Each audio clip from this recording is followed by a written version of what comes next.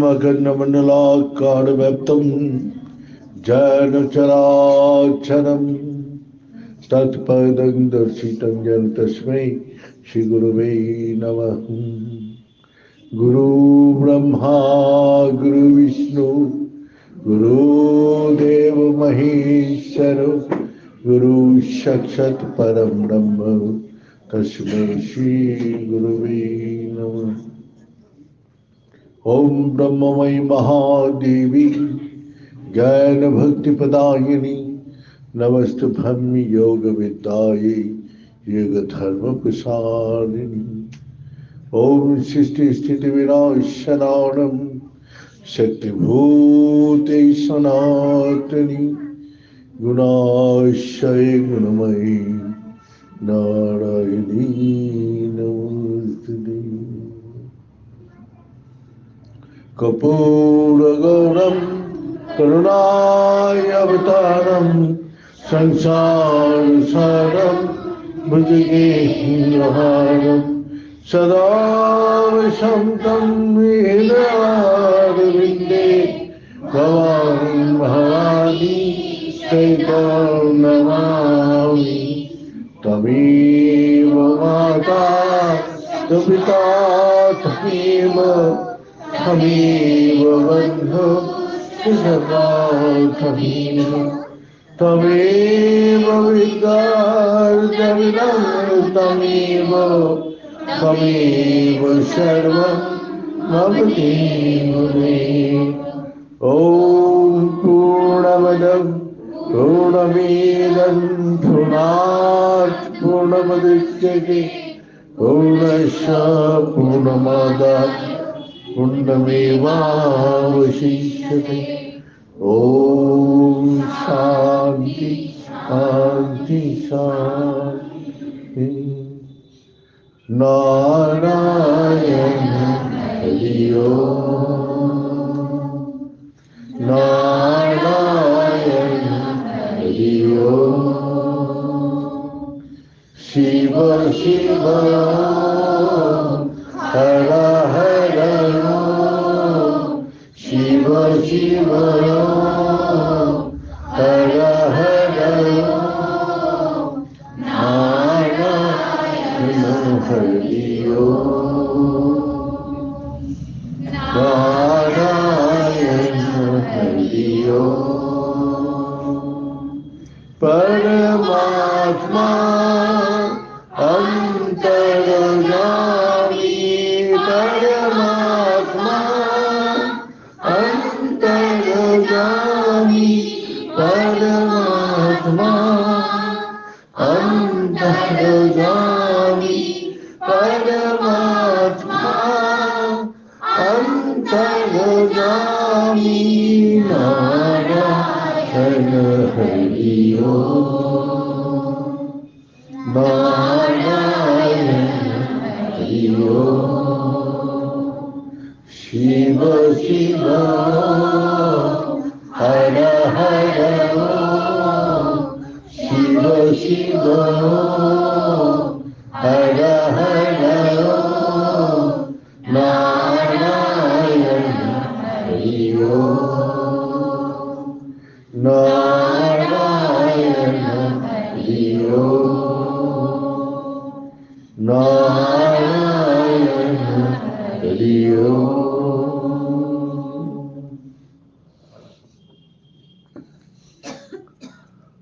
ঈশ্বর আমাদের এই দুর্লভ মনুষ্যের জন্ম দিয়েছে, আর যেখানে জন্ম ভারতবর্ষে জন্ম দুর্লভ, আর তার সঙ্গে সদ্গুরু লাভ দুর্লভ, আর তারপরে শিবে ভক্তি সুদুর্লভ, যেখানে আমাদের সব ভেদভাবকে নষ্ট করে দেয়, সবাইকে একার মধ্যে নিয়ে আসি, সেই বিন্দু আমাদের সেই দেবাদিতের মহাদেব, সেই শিব, চঞ্চল জীব, স্থির শিব। তা আমাদের দাসত্ব করছি আমরা দেহের, মনের আর বুদ্ধির দাসত্ব করছি। যা আমার দেহ চাইছে তাই আমি তাকে দিচ্ছি। মন যে বলছি তারই কথা আমরা শুনছি। আমার বুদ্ধি এই ঘোর সংসার, অন্ধকারময়, দুঃখময়, অশান্তিময় সংসারে আমাদের বারবার টেনে নিয়ে যাচ্ছে। আমাদের কেন্দ্রবিন্দু শিব না হয়ে হাজার বিন্দুর সৃষ্টি করে দিয়েছে। হাজার বিন্দু আমাদেরকে ছুটাচ্ছে। সকাল থেকে রাত্রি পর্যন্ত আমরা ছুটেই যাচ্ছি, তার বিশ্রাম নেই।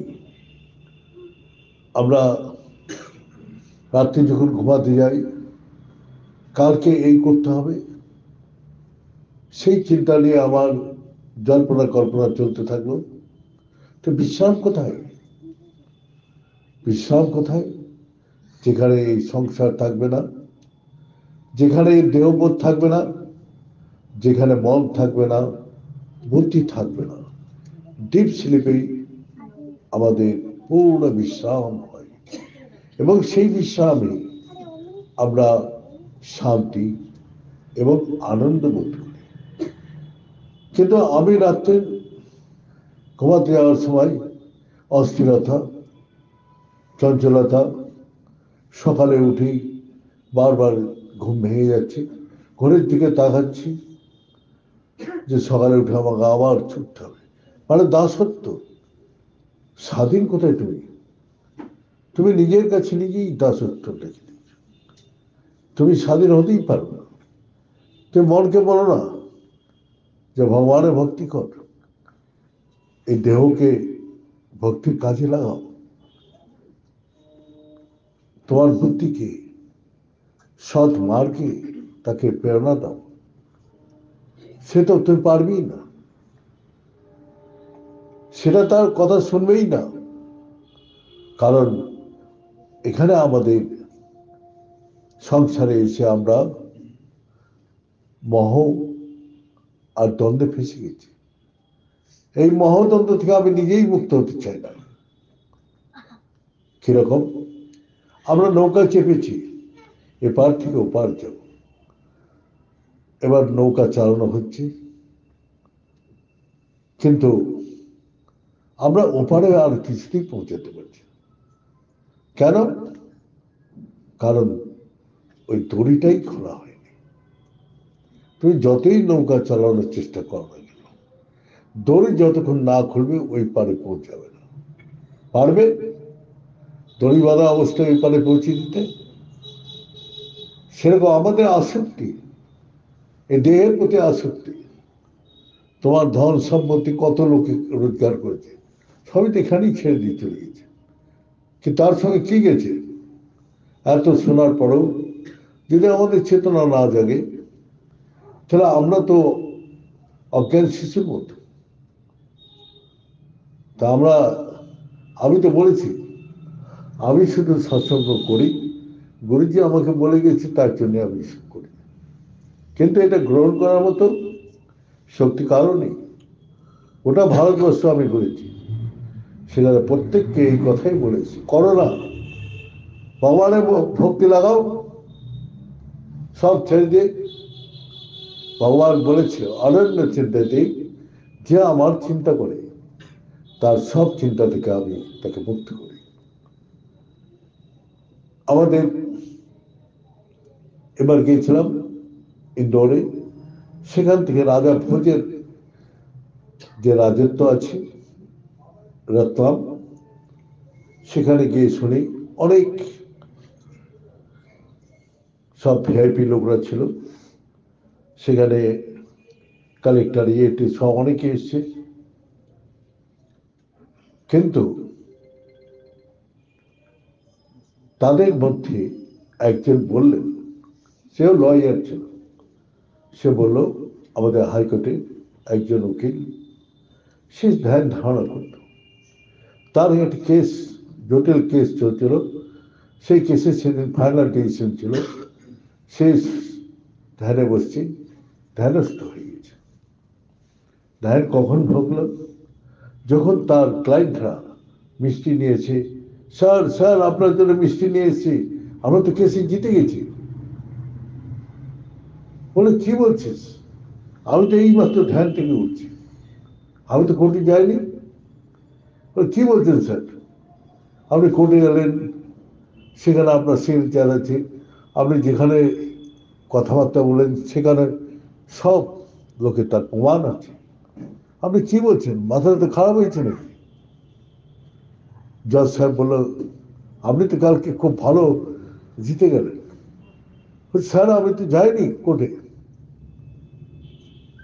এই রাত্রমে সেই উকিলের ফটো প্রত্যেক লয়ার তার টেবিলে রাখে, কারণ সে প্রমাণ করে গেছে যার আমি চিন্তা করি সেই আমার সমস্ত চিন্তা দূর করে। সেটাকে আমি বললে এখানকার লয়াররা বিশ্বাস করবে না ধ্যান লাগাবে? তারা তো কোর্টের দিকেই ধ্যান লাগাবে, তারা তার ক্লায়েন্টের দিকে ধ্যান লাগাবে, পারবেই না। আমি লাল কালি দিয়ে লিখে দিতে পারি, আমি যে সব জায়গায় লোকদের বলি তোমরা সব চিন্তা ছেড়ে তোমরা ঈশ্বরের চিন্তা করো, নেভার, পারবেই না। আমাদের অসীম ঈশ্বরের দয়া বা কৃপা ছিল যে আমরা অল্প বয়সে এই মায়াজাল পড়ার আগেই আমরা এই বন্ধন থেকে মুক্ত হয়ে গেছি। যারা একবার সংসারের বন্ধনে পড়ে গেছে সে আর কুয়োর ব্যাগের মতো, আর সেই কুয়ো থেকে উঠতেই পারবে না, তাকে সেটাকে নিয়ে শেষ পর্যন্ত মৃত্যুকাল পর্যন্ত তাকে বেঁধে রাখবে। তারপরে কি তার মুক্তি আছে? আবার সেই অন্তকাল চমাম স্মরণ মুক্তকালে বলম, অন্তকালে তুমি তো ভগবানের নাম করতেই পারবে না, কারণ প্রতিদিন যারা অভ্যাস করে সেই অভ্যাসের দ্বারাই অন্তিমকালে সে তাকে স্মরণ করতে পারে। তোমরা তো এখানে স্মরণ করোই না, এই সন্ধ্যা কেউ করে না, আর পারবে না। যে ঈশ্বরকে পূর্ণরূপে বিশ্বাস, তাকে সমর্পণ, তাকে ধরে কর্ম করা অসম্ভব। আমি আজকে চিন্তা করি যে আমাদের কত ভাগ্য ভালো, যে আমাদের এই বন্ধনের আগেই আমাদের তিনি মুক্ত করে নিয়ে চলে গেছেন। আমরা ভাগ্যবান যে আমি কোনো ভালো কর্ম করেছিলাম যার জন্য তিনি আমাকে এই কৃপা করেছেন বা দয়া করেছেন। সেখানেও গিয়ে অসংখ্য লড়াই, সেখানে সব সময় সেই লড়াইয়ের মধ্যেও আমরা পেয়েছি আনন্দ, শান্তি, সুখ। কষ্ট, দুঃখ, অভাব কোনোটাই আমাদের স্পর্শ করেনি, যেন মনে হচ্ছে ঈশ্বর আমাদের সেই কষ্ট, দুঃখ, জ্বালা যন্ত্রণাকে তারা অনায়াসেই পার করে দিয়েছে। সে অদ্ভুত অনুভূতি। কিন্তু আমি জানি যে গুরুজি আমাদের বলতো যে দেখো, সারা জীবন সংসার করে তার শান্তি, সুখ, আনন্দ কিছুই পেল না, কিন্তু তার সন্তানদের সেই অন্ধকারের রাস্তায় তাকেই ঠেলে দিচ্ছে। যাও বিয়ে থা করে তুমি আর সংসারী হও, এটা তো বলে না তুমি ভক্তা হও। গুরুজি বলতে সেই ছেলেগুলা আবার সেই বন্ধনে বেঁধে ছটফট করতে করতে তাদের জীবন কেটে যায়, কিন্তু তারা তাদেরও প্রতিবাদ করার ক্ষমতা নেই, কারণ আমাদের হচ্ছে সামাজিক কর্তব্য। লোকে কি বলবে, তোমার কর্ম তুমি করবে, লোকে কি বলবে সেটাই যদি তোমার চিন্তা থাকে তাহলে তুমি কোনো কাজই করতে পারবে না। তার জন্য আমাদের চাই যে ঈশ্বর জ্ঞান আগে হোক, তারপরে তুমি সংসারে চাও। তাই জন্য আমাদের চারটা বর্ণের সৃষ্টি করেছে। চারটা বর্ণ কি কি? আমাদের প্রথমেই দিয়েছে গুরুকুলে যাও, সেখানে ব্রহ্মচর্য, সেখানে ব্রহ্মের আচরণ শিখো, এবং তারপরে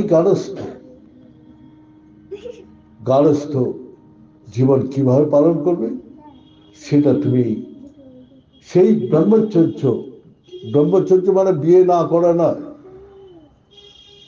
যারা বিয়ে করেনি তাদেরকে বলে এই তুই ব্রহ্মচারী, নো, এটা উল্টা মানে বলে।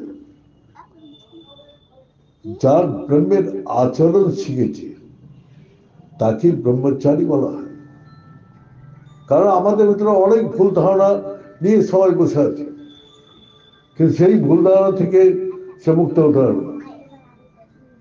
হ্যাঁ, এবার আমরা সেখানে শিখলাম যে ব্রহ্মের যে আচরণ শেখানো হয় যে আশ্রমে, সেটাই ব্রহ্মচর্য আশ্রম, যেখানে গার্হস্থ জীবন, যেখানে সংসার, যে আচার আচরণ, সে আচার আচরণ শিখবে। তারপর 25 বছর পরে গার্হস্থ জীবন, যেই 50 হলো সেই সমস্ত কিছু সংসারের বিষয়কে বুঝিয়ে দাও ছেলে মেয়েদের প্রতি। তোমার ঈশ্বরের প্রতি বিশ্বাস নেই, ছেলে মেয়েদের প্রতি বিশ্বাস আসবে কি করে? তারা ছাড়বে না, অন্তিম শ্বাস পর্যন্ত সেই বাস্কের চাবিটা নিজের কাছে পেতে রাখবে। তার অ্যাকাউন্টে টাকা সে কাউকে দিতে পারবে না, কারণ তার আসক্তিতে সে অন্ধ হয়ে আছে। সে 50 বছরের পরে কাউকে তো দেখি না যে ভাই এবার আমার গার্হস্থ জীবন শেষ হয়ে গেছে, এবার বারোপস্ত করি। বারোপস্ত মানে যাও ছেলে মেয়েদের সংসারী করে তোমরা তীর্থে ঘুরো, মাঝে মাঝে আসো, আবার চলে যাও। তারপরে সন্ন্যাস নাও। এবার যখন বারোপস্ত 75 বছর শেষ হয়ে গেল, এবার পূর্ণভাবে ভগবানের ভক্তিতে লেগে যাও। পারবে না। আমি তো গোটা ভারতবর্ষের লেকচার দিতে গিয়ে বলেছি, মিষ্টি মিষ্টি কথা সবাই বলবে, কিন্তু যেটা আসল সেটা কেউ বলবে। আমরা ওই মিষ্টি কথাটি ভুলে বসে আছি, আমরা নিজেরা ভুলে গেছি। তাই জন্য আসক্তিকে বলছি যে তুমি দৃঢ়ভাবে তাকে ছেদন করো। তোমার দুর্বল চিত্তের দ্বারা হবে না। আমি তো সবই দেখছি কাপুরুষ, সব দুর্বল। আমার গুরুজির আশ্রম, সেই আশ্রমে আমরা কষ্ট, দুঃখ, জ্বালা, যন্ত্রণা সহ্য করতে পারি না। সংসারে হাজার কষ্ট, দুঃখ, জ্বালা, যন্ত্রণাও এখানে সহ্য করেই পড়ে থাকবে, কিন্তু ঈশ্বরের দরবারে জ্বালা, যন্ত্রণা, কষ্ট, দুঃখ কেউ সহ্য করে থাকবে না। সবাই বলে পালিয়ে সংসারে গিয়ে সুখ পাবো। আজ মীরাবাই রাস্তায় ভিকারি হয়ে ঘুরেছে। ভগবান বুদ্ধ কত লোকে তাকে ভিকারি বলেছে। পঞ্চপাণ্ডবকে তার চক্রবর্তী রাজা ভগবান তাদের ভিকারি বানিয়ে দিল, সেখানে তারে তারে ভিক্ষা চেয়ে বেরিয়েছে। ওই তারা তো ভগবানকে ছেড়ে যায়নি, তারা ওটাই স্বীকার করে নিয়েছে। কারণ এখন সমাজ প্রচন্ড দুর্বল, শুধু নিজের কথা ছাড়া আর কার কথা চিন্তা করে না। তাই জন্য আসক্তি আমাদের দেহে, মনে আর বুদ্ধিতে। তো এই আসক্তি বন্ধন থেকে ভগবান বলছে যে তুমি যদি মুক্ত না হতে পারো, তে দ্বন্দ্ব মোহনের মুক্তা ভজন তোমার দৃঢ় হতো, তাহলে তুমি দৃঢ় রূপে ভজনা করতে পারবে।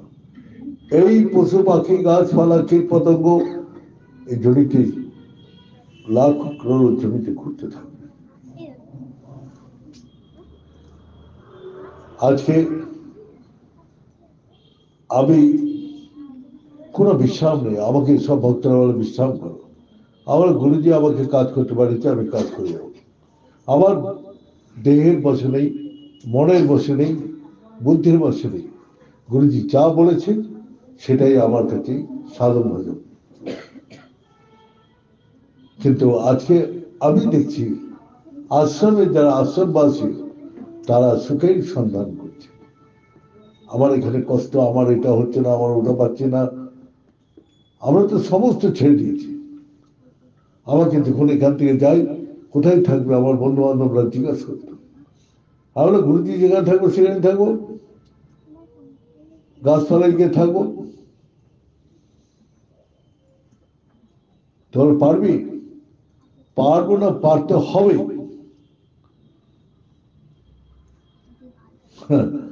আমি সেটাই দেখি যে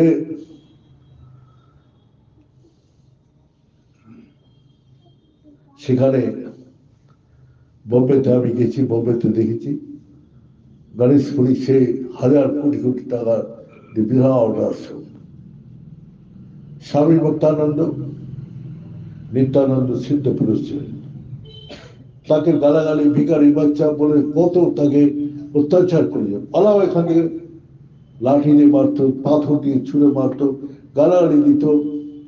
বলে গুরুজি আপনি যতই করেন, আপনাকে ছেড়ে আমি যাব না, আপনাকে ছেড়ে আমি যাব না।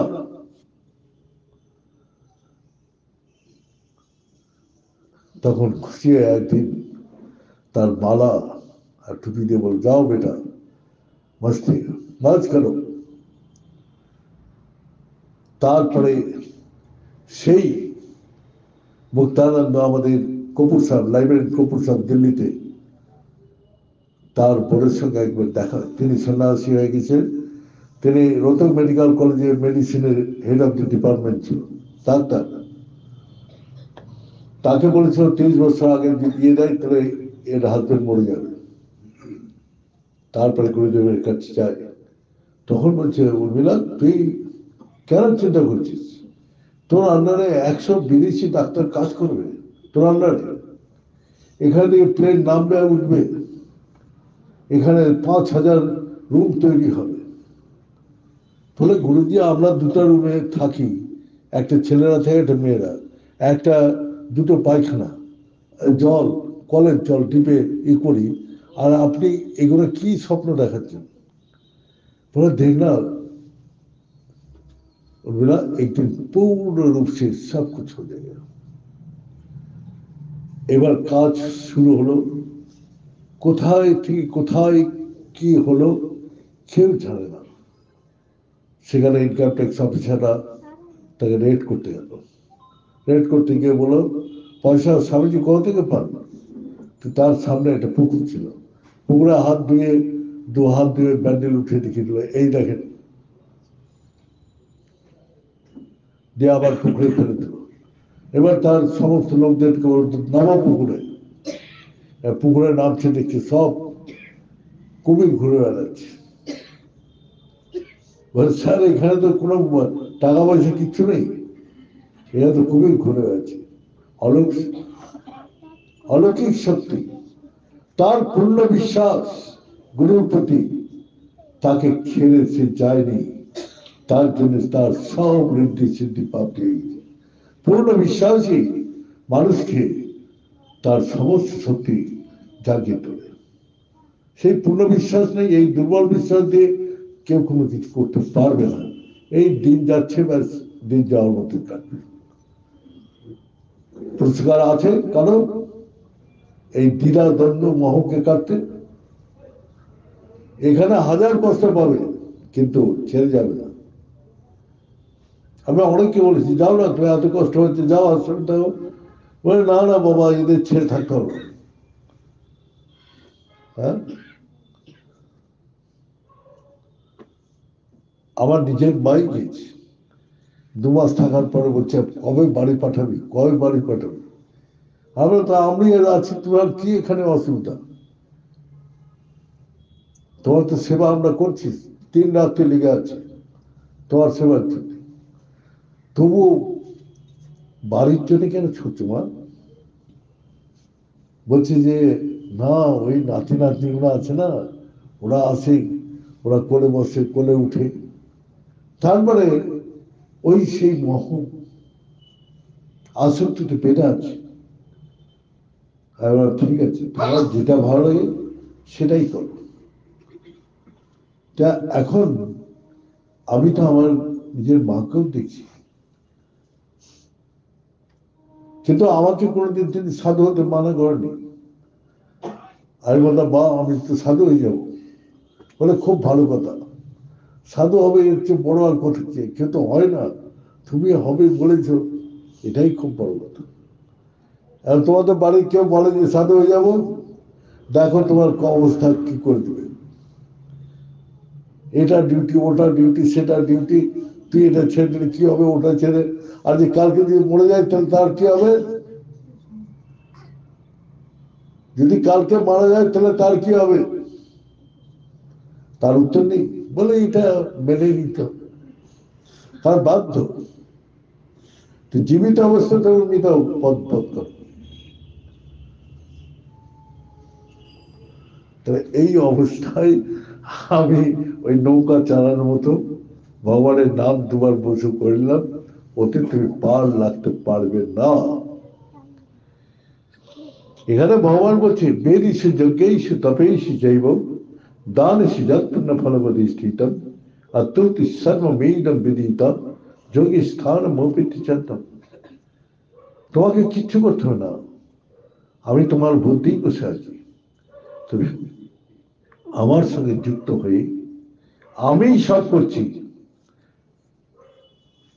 তুমি কিছুই না, তোমার অস্তিত্ব বলে কিছুই নেই। তুমি বলো না তোমার কি অস্তিত্ব আছে, কি দেহ তুমি, না মন তুমি, না বুদ্ধি তুমি,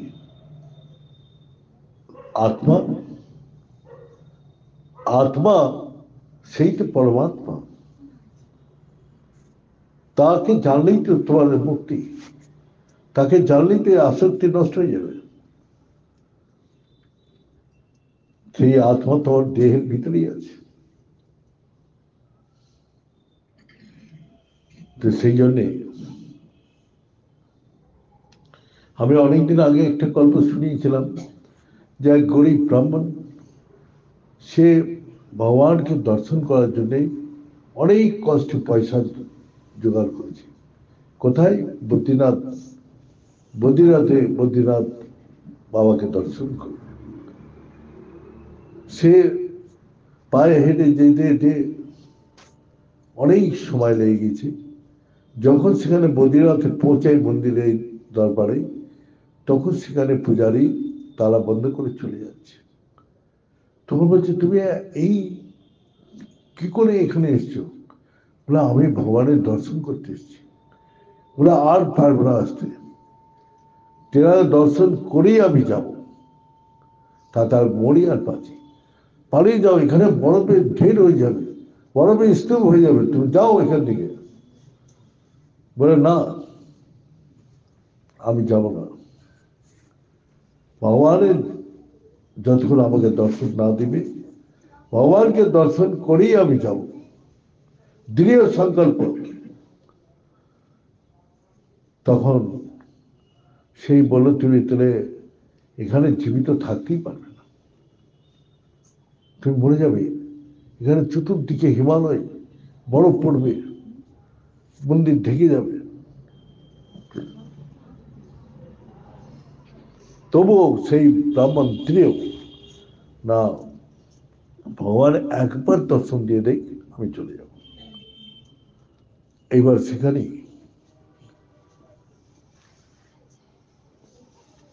কিছুক্ষণ পর দেখা গেল, আরে ঠান্ডা এত পূর্বে তুমি কিছু খাওনি। সে কিছু খাবার, মিষ্টি, লুচি, তরকারি সব দিয়ে গেল, আর একটা কম্বল দিয়ে গেল, বলে এটা খাও, আর এই কম্বল মুড়িয়ে তুমি ঠান্ডা থেকে বাঁচো। দিয়ে ও ঘুমিয়ে পড়েছে, খেয়ে ক্লান্ত শরীর।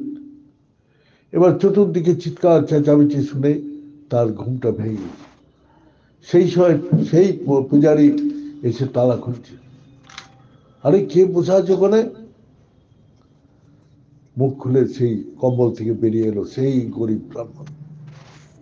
আরে তুমি এখনো আছো, তুমি যাওনি বাড়ি? না, আপনি তো কালকে সন্ধ্যার সময় আমাকে এই কম্বল, এই লুচি তরকারি মিষ্টি দিয়ে গেছিলেন।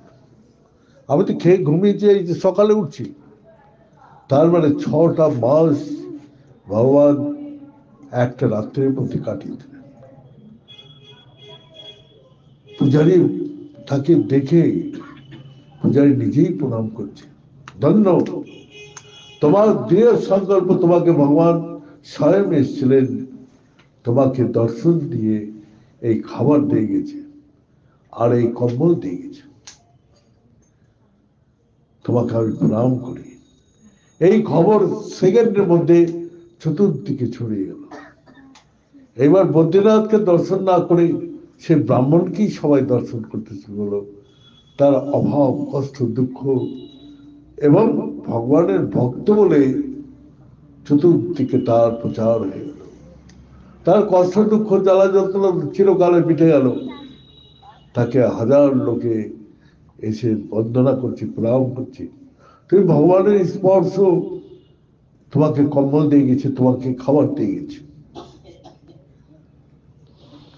যোগ ছিল এটা কি বিশ্বাস হয় যে ভগবান এসে তোমার খাবার দিয়ে যায়?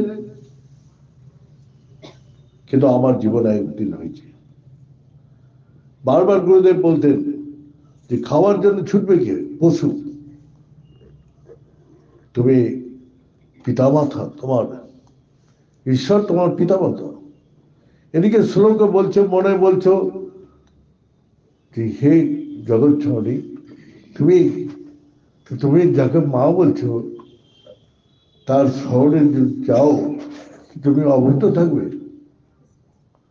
হ্যাঁ, তো সেখানে আমিও একদিন সেই প্রবাদ পেয়েছি, কিন্তু পূর্ণরূপে তাকে সমর্পণ করে যেতে হবে। তো সেই কারণে গুরুজি যে কথাটা বলতেন যে তুই যা খাবি তাই তুই লিখে রেখে দে, আর পরে যখন সেই খাওয়ার থালিটা আসবে তুই দেখে দিবি ওই সবই খাবার তোর থালিতে রাখা আছে, আর টাইম দিয়ে দে এই টাইমে খাবো, দেখবি তোর সব কিছু সেখানে যোগ ছেম বহন করছেন তিনি। সেই জন্যে তোমার যদি বিশ্বাস থাকে তো তুমি পরীক্ষা করো, যাও দেখো। যেহেতু আমরা করেছি সেহেতু আমি দৃঢ় চিত্তে বলতে পারি। সাধারণ লোকের বিশ্বাস নেই বলে তাদের ক্ষুধা মিটে না, আর যারা বিশ্বাস করে তাদের ক্ষুধা সবসময় নিবৃত্তি হয়ে যায়। তা এখানে আমাদের মোহ আমাদের দড়ির মতো বেঁধে রেখেছে। তুমি যত দূরেই যাও না কেন এই মোহরূপী দড়ি তোমাকে কিছুতেই ছেদন করতে দেবে না। তাই জন্য বলছি, তুমি নৌকা দিয়েছে এই মনুষ্যরূপী দেহ, তোমার নৌকা এপার থেকে ওপারে চলে যাবে এই ভব নদী পার করার জন্য। কিন্তু সেখানে আমরা এই দেহটাকে কি করেছি? সেখানে বেঁধে রেখে দিয়েছি এই আসক্তিময় সংসারে, যে সংসারে কোনো জিনিসই আমার নয়, আগে থেকেই সব ছিল এবং আমি সমস্ত জিনিস ছেড়ে দিয়ে চলে যাব, তবুও আমৃত্য নষ্ট হচ্ছে না। আজকে জন্মের আগেই যা যা জিনিস ছিল জন্মের পরেও সেগুলো থাকবে। তাই জন্যে আমি কিছু সঙ্গে নিয়ে আসিনি, নিয়েও যাব না। এগুলো ঈশ্বর দিয়েছেন তোমাকে কর্ম করার জন্য, সৎ কর্ম করার জন্য। করো কর্ম, কিন্তু আসক্তি মুক্ত হয়ে অনাসক্ত ভাবে কর্ম করো, যে এটা ঈশ্বরের সংসার, আমি তার সংসারে কর্ম করছি, আমার নয়। যেমন ডিউটি করে স্কুল, কলেজ, পুলিশ, সিকিউরিটি, সবাই ডিউটি করে। ডিউটির পরে ব্যাংকে কাজ করে, সেখানে যদি কোনো ক্ষতি হয়ে যায়, তার কোনো ডিউটিতে কোনো তার উপর চাপ পড়ে না। সেই জন্যে ঈশ্বরের সংসার, তুমি দাস হয়ে কর্ম করো, তুমি দাসত্ব গ্রহণ করে নাও। এই গ্রহণ করে তুমি কর্ম করো, তুমি অত্যধিক শান্তি, সুখ, আনন্দ পাবে। এটা ঈশ্বরের সংসার, আমার নয়।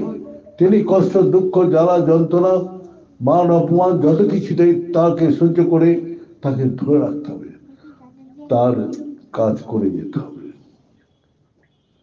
তাই জন্য অনাসক্ত ভাবে কর্ম করো। আসক্তি রেখে কর্ম করতে গেলেই দুঃখ, জ্বালা, যন্ত্রণা, অশান্তি, অভাব থাকবেই। আর সেই আসক্তি ত্যাগ করে অনাসক্ত ভাবে কর্ম করতে গেলেই তোমার সবকিছু পরিপূর্ণ ভান্ডার থাকবে। আজকে আমি সেখানে গিয়েছি, সেখানে কোনোদিন অভাব বোধ করিনি। যা দিয়েছে তাতে আমি দিব্য আনন্দের দিন কাটিয়েছি। আগে পিছে কেউ নেই, একাই চলেছি। আজও একাই, প্রত্যেকটা মানুষ এখানে এসছে, একাই এসছে, একাই যাবে। মরার সময় কেউ যাবে সঙ্গে? হ্যাঁ, তাহলে তুমি যে সঙ্গে বেঁধে রেখেছো সবাইকে, কিন্তু যাবে না, কিন্তু তুমি বেঁধে রেখেছো আসক্তি দিয়ে। সেটা তুই ছাড়তে পারছো না। এসেছো একা, আছেও একা, যাবে একা। তো সেই জন্যে নিজেরা তৈরি হয়ে যাও। এই বলে আজকে এখানেই শেষ করছি। ওম পূর্ণমদ পূর্ণমিদং পূর্ণাৎ পূর্ণমুদচ্যতে পূর্ণস্য পূর্ণমাদায় পূর্ণমেবাবশিষ্যতে। ওম শান্তি শান্তি शांति। भले सच्चे दरबार की, भले सदगुरु भगवान की, भले शंकर भगवान की, भले माता जगदम्बे की, भले भक्त बिंदों की, भले संत बिंदों की, भले सनातन धर्म की, भले धर्म की और धर्म का प्राणियों में विश्व का। हर हर महादेव। ओम पूर्णाय पुनरुपाय पूर्णानंद प्रदाय संसार सागर तराय संभवाय नमो नमः। आज के मालदा सत्संग हয়ে গেল।